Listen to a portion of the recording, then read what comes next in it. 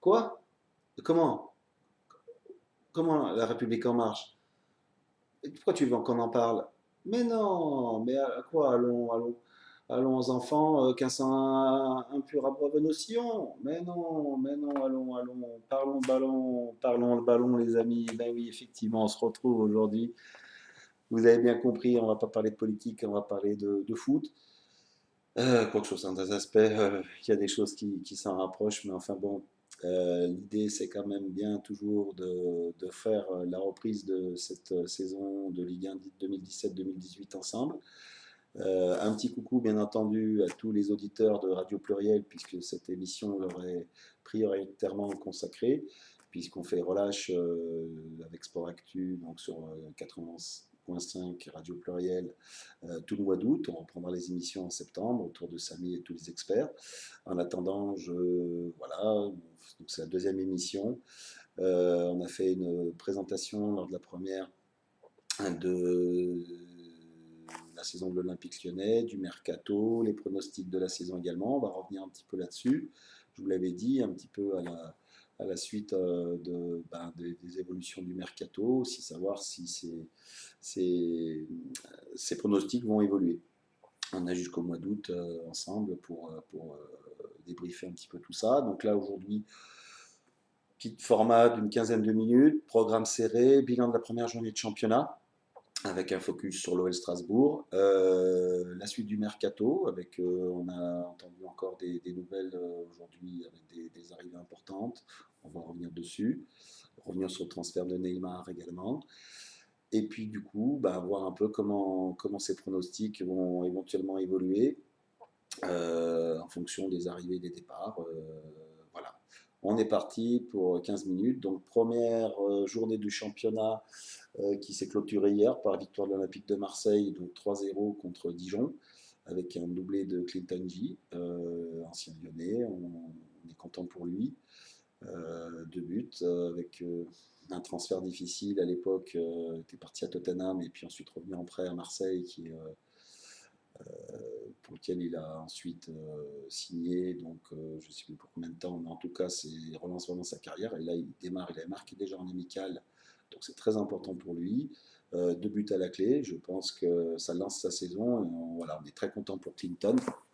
On espère qu'il va faire une belle saison parce que voilà, il laisse que de bons souvenirs à Lyon. Il a éclaté à l'époque, c'était avec Hubert Fournier que les choses se sont démarrées un petit peu pour lui.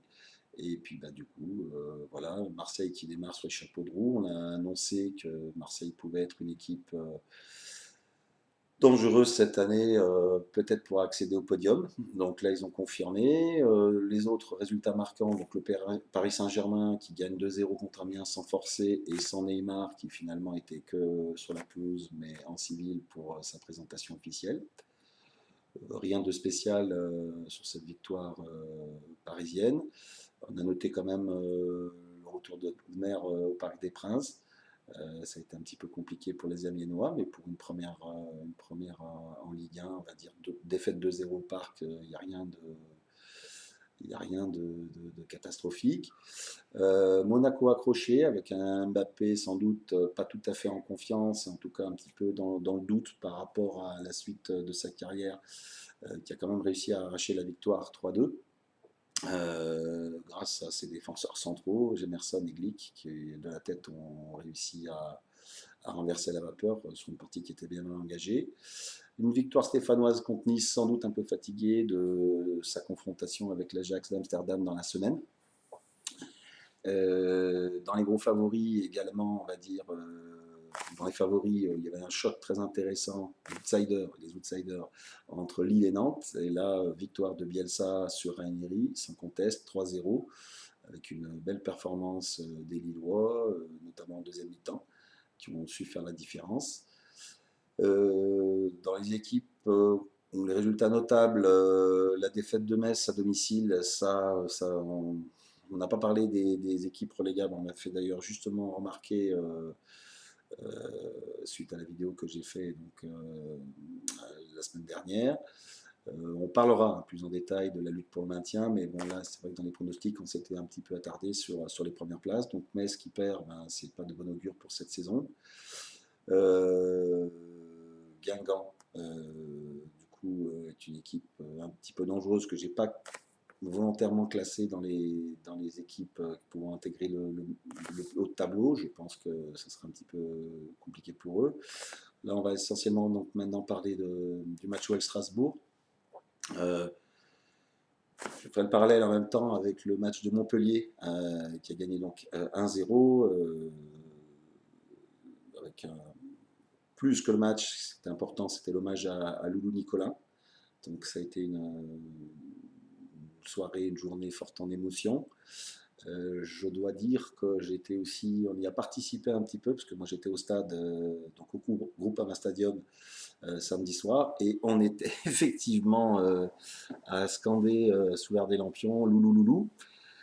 Parce qu'il ne faut quand même pas oublier que Loulou était aussi avant tout, souvent on l'entendait à son accent lyonnais, il avait gardé son accent lyonnais et il était le supporter numéro un tout simplement de l'Olympique lyonnais, aussi paradoxal que ça puisse paraître.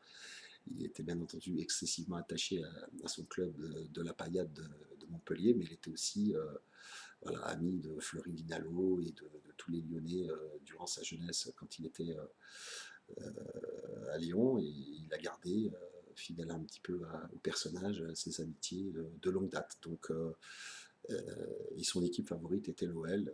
Voilà. Voilà, donc c'est un grand personnage de la Ligue 1 et du foot qui nous quitte. Grandeur de cœur, grandeur d'âme, grande gueule également. Et voilà, j'ai beaucoup aimé les supporters lyonnais scandant, dont je faisais partie samedi, scandant Loulou. Voilà, c'était une façon aussi de le remercier. Donc le match OL Strasbourg en lui-même, bah, était plutôt. Je m'attendais à un bon match de l'Olympique Lyonnais pour une reprise contre une équipe qui était donc annoncée comme pas du tout favorite, en l'occurrence Strasbourg, soutenue tout de même par 2000 supporters qui étaient bien, bien là et bien présents, on les a bien entendus. On était content de recevoir les supporters strasbourgeois. Ça faisait longtemps qu'ils n'étaient pas, voilà, qu'ils n'avaient pas goûté à la Ligue 1. Et là, le retour a été un petit peu difficile puisque ça s'est soldé donc par 4-0, 1-0 à la mi-temps sur un joli but de Mariano sur une passe de Memphis Depay, une frappe à l'entrée des 20 mètres. On a remarqué sur cette première mi-temps une activité importante sur les joueurs de couloir, notamment les arrières, les nouveaux défenseurs latéraux, à savoir Marsal, et surtout Marsal et Raphaël qui étaient aussi très, très présents, et euh, Bertrand Traoré qui a fait une très bonne première mi-temps, qui a impulsé un peu l'équipe, et un Nabil Fekir un peu à la baguette. Voilà, donc il a fallu une petite mi-temps pour que les choses se mettent en place. En deuxième mi-temps, ça a été un peu plus facile. L'équipe on va dire, déroulé son football. L'association au milieu de terrain Touzard Darder a été efficace à la récupération et à la construction. Nabil Fekir, dans un rôle un peu libre, on l'avait un petit peu expliqué la semaine dernière, en plus avec le brassard de capitaine, et ben, voilà, ça a été 2 buts, un penalty et une belle frappe en fin de match. Maxwell Cornet, passeur sur une jolie talonnade en fin de match, et donc le deuxième but de Mariano aussi, qui était donc le troisième but de l'OL. Euh, Batailleur dans l'aile, il arrache un ballon, il l'emmène avec un petit coup de tête, et puis ensuite il clôt l'affaire en face à face au gardien. Bon, 4-0, il n'y a pas forcément de quoi s'emballer, on peut être heureux de cette reprise. Il y avait à peu près un peu moins de 40 000 spectateurs au Parc OL. Pour un match de mois d'août, c'est pas trop mal. L'impression qui s'en est dégagée, c'est une solidité défensive. Moi, j'avoue que ça confirme un petit peu ce que je pouvais penser de Marcelo. On a vu effectivement pratiquement Strasbourg incapable d'enclencher une véritable attaque dangereuse, hormis en tout début de petit relâchement, en tout début de deuxième mi-temps. Ils ont été mis en difficulté sur chaque situation de contre. L'Olympique Lyonnais n'a pas forcément forcé son talent sur la fin suffisamment pour ajouter un quatrième but. Je dirais que les enseignements importants de ce match sont la bonne performance des recrues. Marcelo, Traoré, très très bon sur son côté, et Mariano, double buteur. Donc les feux sont au vert pour les recrues. On aura noté peut-être une petite déception concernant Memphis Depay, même si je trouve qu'il occupe bien son couloir gauche.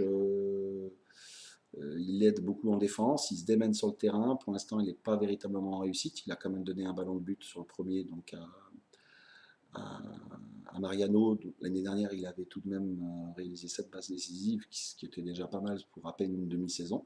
Donc là, il est là aussi pour donner des ballons de but. C'est un joueur qui est collectif et avec je trouvais un bon état d'esprit. Je pense que s'il continue de bosser, les choses devraient finir voilà, donc pas de jugement définitif sur la performance de Memphis. Et puis quant à Mariano, c'est vrai que contre Strasbourg, il s'est montré très efficace.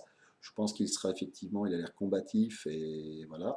Reste à savoir comment il va s'intégrer sur le plan collectif contre des équipes un petit peu plus solides derrière. Et là-dessus, voilà, j'ai encore des interrogations. On verra la suite de la saison. En tout cas, voilà, pour la confiance, c'est très très bien. Je pense qu'il doit être effectivement rassuré sur sa capacité à assurer avoir cette place de titulaire pour l'instant à la pointe de l'attaque lyonnaise, soutenu en sens par un Nabil Fekir, effectivement, qui aussi libère les espaces par ses percussions, et du coup, ça laisse les attaquants aussi, pour les attaquants lyonnais, la possibilité d'être dangereux un peu grâce à ce premier rideau impulsé par Nabil. C'est le leader d'attaque, c'est ce qu'on attendait. Voilà, donc je pense que la saison est bien partie. Prochain match, déplacement à Rennes. On fera un petit point avant la deuxième journée de championnat. Mais les feux sont au vert. Alors attention, quand on utilise la couleur verte, ça veut dire que tout va bien. Hein, aucune allusion à nos amis stéphanois, qu'on embrasse d'ailleurs. Voilà, pas de sectarisme dans Parlons Ballon. On aime tous les supporters et tous les amoureux du foot.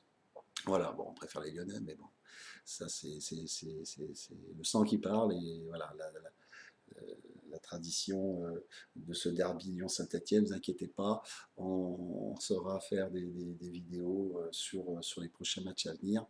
Et visiblement, Saint-Etienne aussi, qui a donc gagné 1-0 sur un but du jeune Benba, jeune espoir du club qui est revenu cette année. Voilà, on peut en faire un petit peu de Saint-Etienne, on a le droit, c'est la région. Hein, donc voilà, bravo au vert. Et puis en plus, c'est toute la famille côté maternel qui est pour Saint-Etienne, donc si je fais le pro lyonnais et l'anti-stéphanois, ça va pas aller. Mais bon, voilà, donc une place de leader pour l'instant de l'Olympique lyonnais au goal average, à la différence de but, excusez-moi, on va rester sur voilà, pas d'anglicisme. Deuxième, Marseille et Nantes. Bon, bah, des équipes qui lancent bien, et Lille, des équipes qui lancent bien leur championnat. On va voir la suite, et la suite, c'est aussi bien sûr le mercato. Donc là, deux grosses nouvelles. Wesley Sneijder qui s'engage avec Nice, donc il aura un petit peu le rôle de meneur de jeu qu'avait eu l'année dernière Belhanda, il y a 2 ans Ben Arfa. Donc je pense que ça, c'est une très très bonne recrue pour nos amis, pour les Aiglons. En perspective de la double confrontation contre le Napoli, et puis tout simplement pour la saison, hein, donc un joueur d'expérience, tireur de coup franc, certes un peu âgé, 33 ans, il n'est pas au début de sa carrière, c'est pas le Wesley Sneijder du Real, mais bon, on peut imaginer qu'il va faire beaucoup de bien à cette équipe niçoise, qui a été un petit peu en souffrance à Saint-Etienne. Et voilà, donc on va dire un joueur international un joueur quand même avec un nom qui arrive en Ligue 1, c'est très très positif. Et puis sinon, concernant le mercato, donc ça c'est vraiment depuis la semaine dernière l'information la plus importante. Et l'autre information importante, c'est la signature de Rachid Ghezal pour l'AS Monaco. Donc ça c'est tout frais, c'est aujourd'hui. J'en ai pas parlé la semaine dernière quand j'ai évoqué les départs du mercato de l'Olympique Lyonnais, parce que j'avais peut-être le secret espoir que les choses s'arrangent. On en a tellement entendu depuis de longs mois qu'il ne s'était pas encore engagé dans un club. On avait parlé de l'Italie, on avait parlé de plusieurs clubs, et puis finalement il va à Monaco. C'est un peu regrettable qu'il n'a pas pu trouver un arrangement avec son club formateur, donc en l'occurrence l'OL. C'est d'autant plus regrettable que sur les antennes de Radio Pluriel, on avait à l'époque où il n'était même pas titulaire, on avait beaucoup poussé, moi en particulier, pour exiger, ou en tout cas réclamer qu'il soit installé dans cette équipe lyonnaise. Ça avait d'ailleurs été le cas quand Bruno Genesio avait pris l'équipe en main. Il avait fait une super deuxième partie de saison, 8 buts, 7 passes décisives, je crois, en une demi-saison. De manière contractuelle, les choses ne se sont pas réglées comme il le souhaitait, et en tout cas comme son entourage sans doute aussi le souhaitait. On a un peu l'impression de gâchis. Bon, bah, tant mieux qu'il rebondisse à Monaco pour lui. Ben, pour le championnat, c'est vrai que nous, c'est renforcer un concurrent direct, donc c'est peut-être pas forcément une bonne opération. Mais on est quand même content que Rachid trouve un point de chute. On espère que là, il va pouvoir vraiment se concentrer sur le ballon. Voilà, il y a une petite amertume parce que je pense que Rachid est un joueur de très haut niveau. Je pense qu'il est capable de faire vraiment des différences et qu'il a une vraie intelligence de jeu. Alors je ne suis pas certain que ce soit vraiment un joueur de couloir. J'aurais bien essayé aussi en meneur de jeu. Et pour moi, il a un petit peu le même physique et le même style que Javier Pastore, par exemple. Et il n'a jamais vraiment été utilisé comme ça, comme élément libre derrière une attaque. Et bon, je ne sais pas comment Leonardo Jardim va l'utiliser, mais en tout cas, c'est une bonne recrue pour Monaco. Peut-être aussi une opération financière importante si ils envisagent en même temps de séparer de Lemar. Euh, donc on verra. On verra.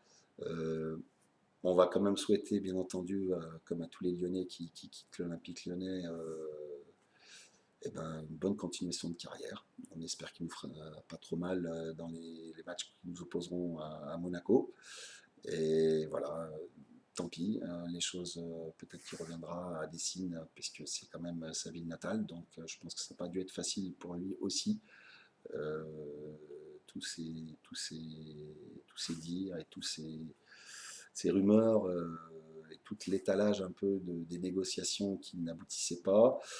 Bon, voilà. Et puis, je voulais aussi faire un petit salut amical à notre défenseur argentin, ex-défenseur argentin Emmanuel Mamana. Je sais qu'il a déclenché pas mal de réactions des supporters lyonnais suite à son départ au Zénith Saint-Pétersbourg pour une somme entre à peu près 16-17 millions, je crois. Que dire, ça avait l'air d'être un joueur, en tout cas sur ce qu'on a pu voir, encore jeune certes, mais avec quand même beaucoup de talent. Euh, les supporters lyonnais ont été affectés et ont exprimé une certaine colère, notamment à l'encontre de Bruno Genesio, sur le fait que Emmanuel soit obligé et contraint de quitter l'Olympique lyonnais. Je dirais que effectivement, il n'avait pas tout à fait amené ce qu'on attendait de lui. En même temps, il était assez jeune. En tout cas, c'est une opération financière importante, puisqu'on avait acheté 8 millions, en 16 ou 17 le double, donc tant mieux pour les caisses du club. Et puis en même temps, quelles étaient les perspectives pour Emmanuel cette année, dans la mesure où on vient de recruter un défenseur, et en tout cas un leader de défense, en la personne de Marcelo. Derrière, on a quand même Diakabi qui était le joueur qui a le plus joué l'année dernière de tous les défenseurs centraux. Le départ de Nicolas Nkoulou aussi qui vient se rajouter, donc on a vraiment dégraissé en défense centrale. Et Morel qui pour l'instant donc le titulaire et un poste qu'il a d'ailleurs bien occupé ce samedi contre Strasbourg. Il faudra voir contre des équipes plus costauds et avec notamment des attaquants un peu plus puissants, notamment sur le jeu aérien. Voilà, il sera peut-être mis en difficulté, mais enfin Diakabi est là et Mapou est là aussi. Je tiens d'ailleurs quand même à rafraîchir la mémoire de certains supporters qui s'acharnent sur Mapou régulièrement. Je me souviens tout de même lors du 6-1 contre Monaco, donc il y a 2 ans, hein, où à l'époque personne ne pensait que Monaco allait être champion l'année d'après. Hein. Donc comme quoi, des fois les surprises, on reviendra à ça sur les pronos, vous verrez. Que tout le monde chantait Mapou Yanga Mbiwa. Je ne pourrais pas refaire la chanson parce que je me souviens plus exactement de l'air, ça fait longtemps qu'on ne l'a pas chanté, mais voilà, il y avait une vraie cote d'amour entre Mapou et le public lyonnais. Et je déteste voilà, brûler ce qu'on a adoré, ou en l'occurrence en tout cas beaucoup aimé, c'est-à-dire la deuxième partie de saison de Mapou. Donc il est toujours lyonnais, il n'est pas bien entendu titulaire, annoncé titulaire, mais c'est un grand professionnel, il a fait une carrière, il a joué en Angleterre, il a joué en Italie, à la Roma. Il a éclaté aux yeux de tout le monde avec Montpellier, avec ce titre de champion de France, avec René Girard. Voilà, Mapou est un très bon joueur, est un bon joueur de Ligue 1 en tout cas. Bon, il sera peut-être pas titulaire olympique lyonnais, mais c'est très compliqué d'être titulaire olympique lyonnais. En tout cas, s'il continue et qu'il reste là, il sera fidèle au poste. Voilà, je tenais à faire ce petit rectificatif parce que bien souvent, voilà, on a la critique facile.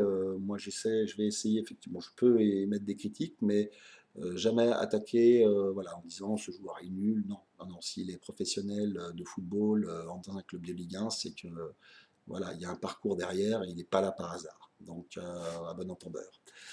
Donc, voilà, c'était aussi pour rectifier un certain nombre de choses. Donc, le mercato de l'Olympique Lyonnais semble là, du coup, bouclé. Semble, je dis bien semble, parce que selon moi, j'en ai parlé un petit peu dans la vidéo précédente, le coût du PSG avec Neymar, à mon sens, oblige les clubs de Ligue 1, en tout cas ceux qui en ont les moyens, à réagir. Sinon, ça va être un cavalier seul de Paris dans ce championnat. Et quand on évoque, parce que c'est un argument qu'on a entendu sur la venue de Neymar en Ligue 1 en disant que les droits télé allaient augmenter, si le Paris Saint-Germain gagne ses championnats avec 20 points d'avance sur la concurrence, il n'est pas dit que beaucoup d'annonceurs et notamment de diffuseurs télé, sans suspense, investissent beaucoup plus d'argent dans cette Ligue 1. Moi, je crois qu'il faut aussi qu'il y ait du répondant en face. Donc Monaco, pour l'instant, la question d'Mbappé, elle a l'air d'être un petit peu en suspens, puisqu'il n'a pas prolongé et qu'il lui reste qu'une seule année de contrat. Donc il va falloir que Monaco fasse tout pour garder Mbappé, en tout cas pour pouvoir rivaliser avec le Paris Saint-Germain, parce que là, bien évidemment, on parle de l'aspect sportif. L'aspect économique, certes, on a conscience de ce que ça peut représenter, un transfert de 180 millions, mais Monaco a déjà vendu pour à peu près un peu moins de 200 millions d'euros, donc objectivement, ils n'ont pas besoin de vendre dès cette année Mbappé à des sommes astronomiques. Et Lemar non plus d'ailleurs. Donc s'ils veulent maintenir quand même un certain niveau, voilà. Et puis surtout qu'on ne les voit pas forcément acheter de grosses stars derrière. Les stars, ils les ont, elles sont jeunes.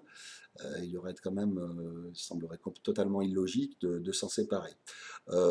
Pour les autres clubs de Ligue 1 qui ont un peu de moyens, donc l'Olympique de Marseille, on sent qu'ils ont déjà fait beaucoup d'efforts sur le mercato d'hiver avec Payet, et puis là quand même avec un certain nombre de joueurs d'expérience qui vont à mon avis les faire progresser. Reste l'Olympique lyonnais qui a encaissé tout de même, je ne parle même pas des 100 millions des Chinois qui sont arrivés a priori pour réduire la dette, donc il y aura quand même une économie importante pour le club sur les prochaines années, donc ça c'était bien vu de la part du président Olas. Des rentrées importantes lors de ce mercato, avec Mamana ça fait plus de 120 millions d'euros. Il serait peut-être utile, et en tout cas de se poser la question d'avoir une recrue supplémentaire, et pas forcément pour faire joli, pas pour dire il faut rajouter quelqu'un. Alors en défense, au milieu, en attaque, moi mon idée elle est plus ou moins faite. Alors il y a ce qui est possible et ce qui est inimaginable selon certains. Et puis voilà, c'est-à-dire prendre un joueur de bon niveau qui va compléter l'effectif ou investir vraiment, c'est-à-dire prendre un risque financier important pour faire venir un très gros joueur pour être d'une certaine manière le pendant de l'avenue de Neymar au Paris Saint-Germain. C'est-à-dire que les droits de Ligue 1, le suspense dans le championnat de France dépend aussi de la valeur des rivaux supposés du Paris Saint-Germain. Je crois qu'aujourd'hui, quand je vois l'Olympique Lyonnais, l'effectif actuel, je pense, peut prétendre à être au mieux, je l'ai dit la dernière fois, deuxième. Et puis si vraiment les choses se passent mal, au pire cinquième. Je ne pense pas qu'on ira au-delà de la cinquième place. Donc voilà, entre l'Europa League et la Ligue des Champions. Donc rien d'assuré pour moi par rapport à la concurrence présente. Si on ajoute un énorme joueur, là je parle vraiment d'un joueur, c'est-à-dire un transfert à plus de 30-40 millions et avec le salaire qui va avec, à ce moment-là, on peut imaginer que l'Olympique Lyonnais, autant sur le plan médiatique que sur le plan sportif, pourrait un petit peu tenir la dragée haute au Paris Saint-Germain. C'est quand même l'objectif. Hein, parce que moi, je vois tout le monde béat devant l'arrivée de Neymar. Bon, moi, je suis vraiment content qu'il arrive. Ça va être un super spectacle. Mais si c'est pour voir jouer le PSG et enfiler les buts toutes les semaines, je préfère aller au cirque. Hein, voilà, voilà, il y a un côté, il y a une compétition un peu dénaturée. Alors, je rentrerai pas dans la polémique sur le montant du transfert de Neymar, ni non plus sur la viabilité économique. On pourra refaire une vidéo là-dessus, peut-être, parce que 220 millions, 222 millions annoncés de transfert, plus les primes, plus les taxes, etc., c'est une facture qui va s'avérer très très lourde. Mais si je me concentre sur l'Olympique Lyonnais, aujourd'hui, qu'est-ce qu'il est possible de faire? Donc, avec les rentrées d'argent du mercato, une prévision aussi que si on prend un joueur vedette, beaucoup de gens viendront au stade. Ça, je crois que c'est quelque chose d'important. Par exemple, là, le Paris Saint-Germain, ils étaient déjà quasiment à guichet complet. L'avenue Neymar ne va générer aucune recette billetterie supplémentaire. Si nous, on prend un joueur, alors, joueur de niveau international, euh, et qu'on est capable de mettre l'argent, a priori on l'a reçu. Donc après, bien sûr, il y a la fiscalité, il y a les impôts, il y a, voilà, mais je pense qu'on a les reins solides pour pouvoir le faire. En tout cas, la prise de risque, elle serait minime dans la mesure où il y a quand même des rentrées en billetterie qui se feraient, puisque là, l'Olympique Lyonnais, c'est 40 000 spectateurs de moyenne dans un stade de 60. Donc il y a un tiers du stade qui n'est pas rempli à chaque match de championnat. Donc, à mon avis, on récupérait une bonne partie en billetterie, une bonne dizaine de millions, si on arrive à amener 10 000 spectateurs et avoir une moyenne de spectateurs de 50 000.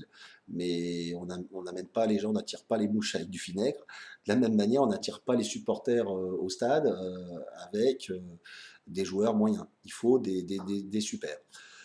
Sur le plan économique, donc je pense qu'il y a quand même des choses qui sont à faire. Et puis surtout, si on prend un joueur vedette, un type, on va dire les noms après, ou on peut faire un petit sondage. Voilà, je pense que c'est ça qui déjà mettrait l'Olympique Lyonnais en ordre de marche pour pas simplement ambitionner la deuxième place, comme j'ai entendu dire là de Olas, bon voilà, ce qu'on peut comprendre. Mais voilà, il me semble qu'il y a une prise de risque à prendre et que le board de l'Olympique Lyonnais devrait s'y pencher sérieusement. Alors, qui prendre? C'est la question. Et à quel poste? Alors bon, milieu de terrain, moi je fais confiance tout de même, puisqu'on joue à un milieu à deux à plat, donc Touzard, Darder, Grenier, Ferry, ça me paraît bien. S'il y avait un milieu de terrain à prendre, en tout cas un profil de milieu de terrain vraiment top niveau, pour moi c'est le joueur, le Brésilien du Besiktas, Talisca, que j'ai trouvé enfin, qui moi, quand on m'a dit qu'au départ il y avait un joueur du Besiktas sur lequel on était, je ne savais pas que c'était Marcelo. J'ai dit ah, Talisca, vraiment exceptionnel. Non, c'était Marcelo. Bon, je suis très content que Marcelo soit venu à l'Olympique Lyonnais, mais Talisca pour moi c'est vraiment top niveau. Et je pense que c'est un joueur qui appartient encore au Benfica. Il y a peu des clubs qui sont sur lui, mais pas trop. Je pense que c'est un joueur qui doit valoir entre 15-20 millions, mais pour moi, c'est pas le top player. Donc, si on avait vraiment de l'argent à mettre, c'est-à-dire plus de 40 millions, a priori, on a l'argent. Donc voilà, et en plus, je pense qu'il y aura un retour sur investissement très rapide. Eh ben, il y a qui? Il y a qui? La politique de l'Olympique Lyonnais, c'est de former des joueurs et de les faire partir. Jusque-là, on est d'accord. Donc des joueurs comme Lacazette, des joueurs comme Tolisso cette année, ont fait leurs années à l'Olympique Lyonnais, ils ont beaucoup, beaucoup amené. Et du coup, ben, ils partent pour des clubs a priori un peu plus gros. Mais la logique, in fine, de l'Olympique Lyonnais n'est pas forcément donc de prendre une politique de star internationale comme le Paris Saint-Germain. Ça, on n'est pas du tout sur cette ligne-là.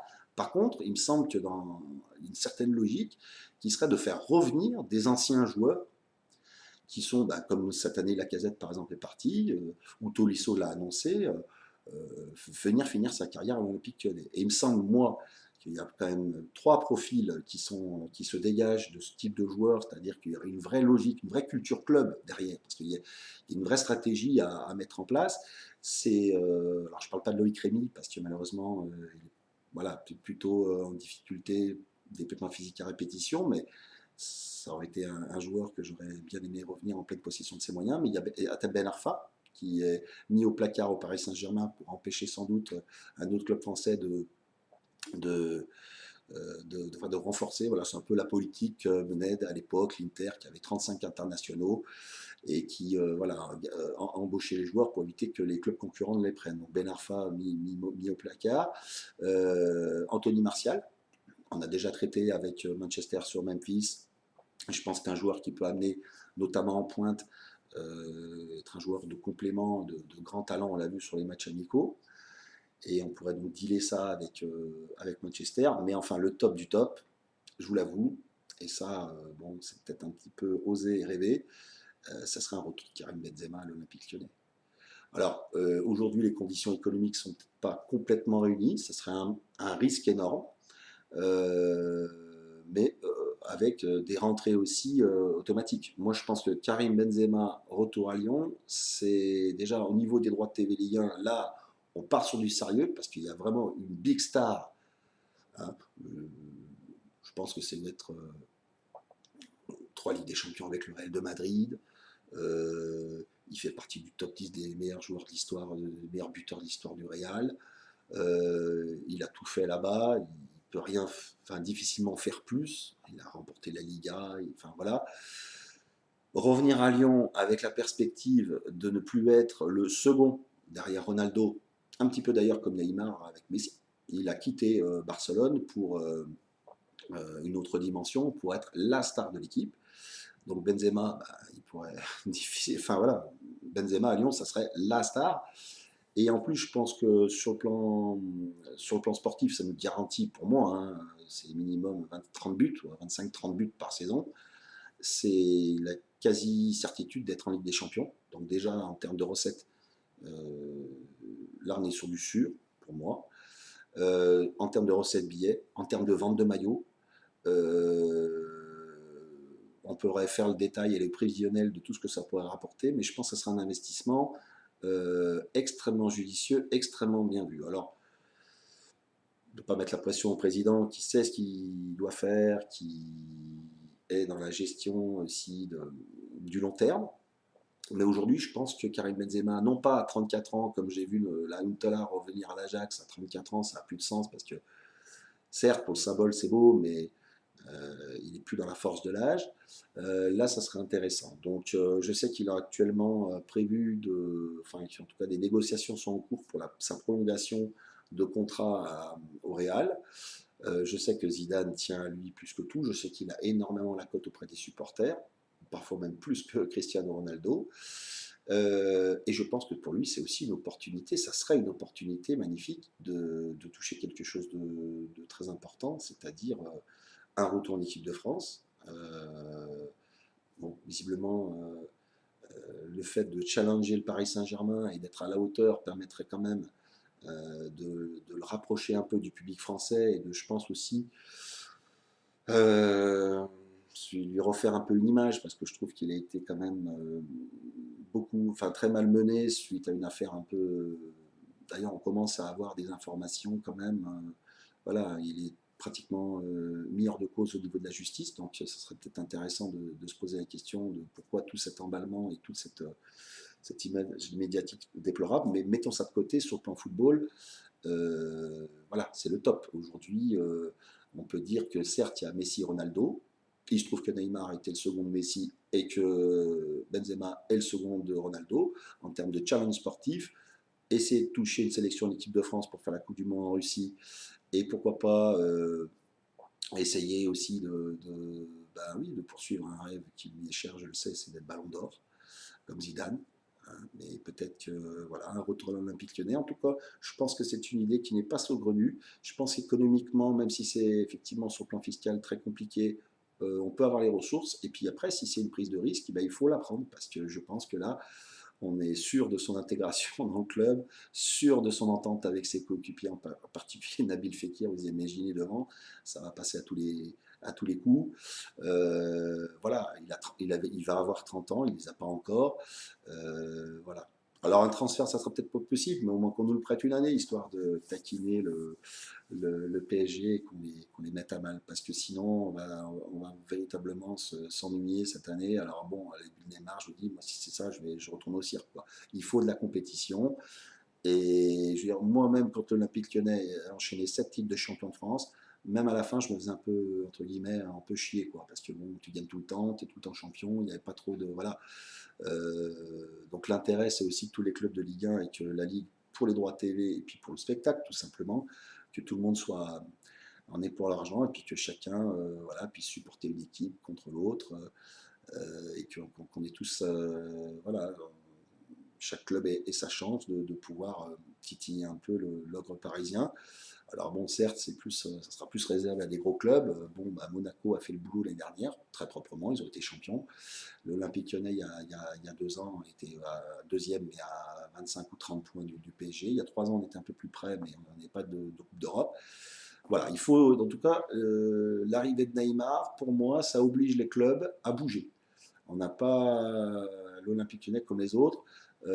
Sinon, ça veut dire qu'on part battu d'avance et que du coup, voilà, l'engouement de l'avenue de Neymar, voilà, ça va être un phénomène de foire et on n'est plus dans la compétition foot. Voilà, donc moi, c'est ma suggestion, un retour de Benzema à l'Olympique Lyonnais. Voilà, voilà ma suggestion. Et en ce sens, pour finir donc mon intervention et annoncer la prochaine vidéo, on va évoluer donc sur les pronostics. Donc, je vous rappelle le prono des 5 premiers: PSG, Monaco, Lyon, Marseille, Nice. Je me suis arrêté au quintet.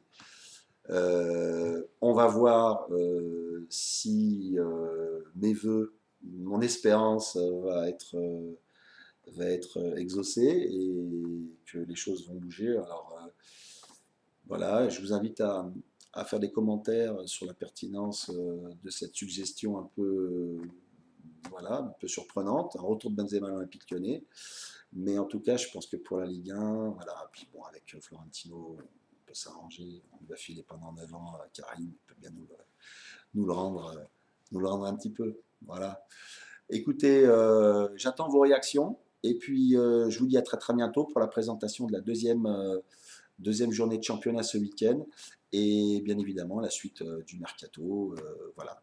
Je vous dis à plus, à bientôt les amis. Et vive la Ligue 1, vive l'Olympique Lyonnais. Ciao.